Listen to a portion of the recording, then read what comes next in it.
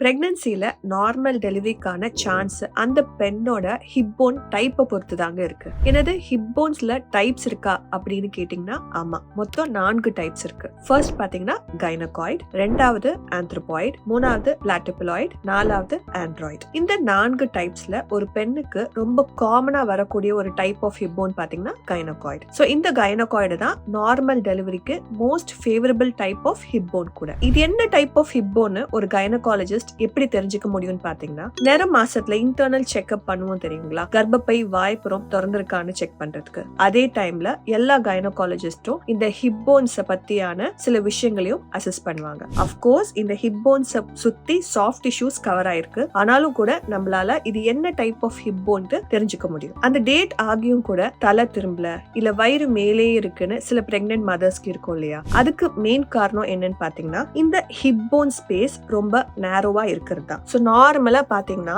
இப்போ இந்த பேபி வந்து இந்த ஹிப்போன்ஸ்குள்ள இப்படி என்டர் ஆகணும். ஆனா இந்த ஸ்பேஸ் ரொம்ப நேரோவா இருக்குன்னா இந்த பேபியால ஒரு லெவலுக்கு மேல இறங்கவே முடியாது. சோ அதை தான் நாங்க கெஃபலோபெல்விக் டிஸ்ப்ரொபோர்ஷன் அப்படின்ட்டு சொல்லுவோம். தேங்க்யூ.